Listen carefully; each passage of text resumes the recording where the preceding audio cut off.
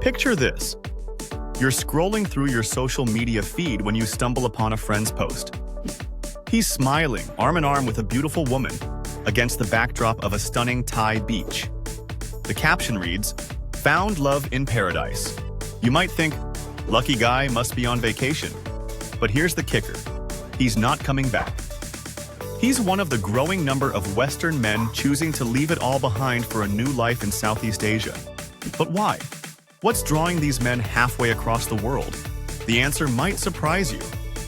Hey there, I'm Alex, and today we're diving into the #1 reason Western men are flocking to Southeast Asia. It's not the beaches, the food, or even the lower cost of living. It's something far more personal: love and relationships. Now, you might be thinking, come on, Alex, they're just looking for a good time, right? Well, not so fast.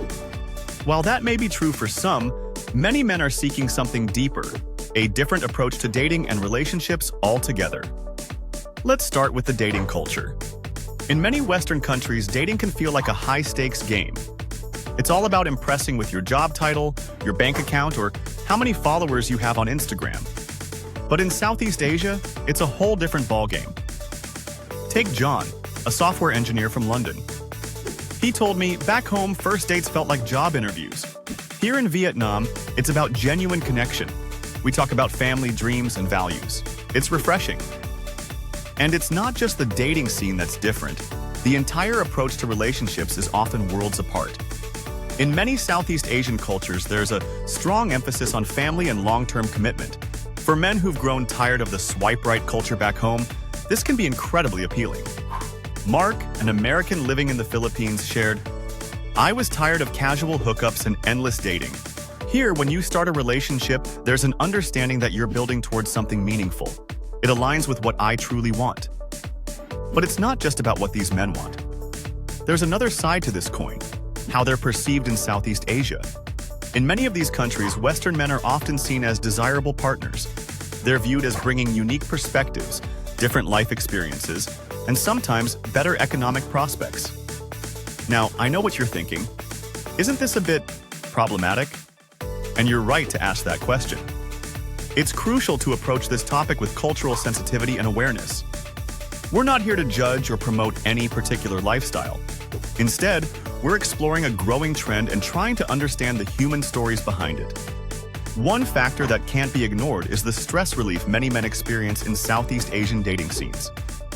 In the West, there's often immense pressure to climb the corporate ladder, own a home, or drive the right car to be considered dateable. In contrast, many Southeast Asian cultures place more value on personal qualities like kindness, respect, and family orientation.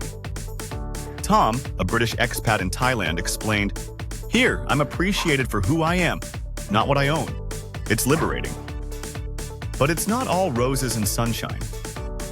Like any major life change, moving to Southeast Asia comes with its challenges. Cultural differences can lead to misunderstandings. Language barriers can complicate communication. And let's not forget the potential for exploitation on both sides.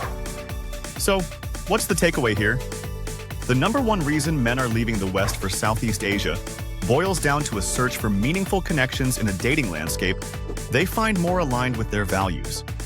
It's about finding a place where they feel valued,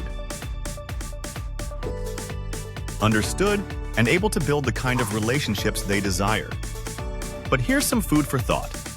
What does this trend say about dating culture in the West? Are there lessons we can learn? And for those considering making the move, what are the ethical considerations? At the end of the day, love knows no borders.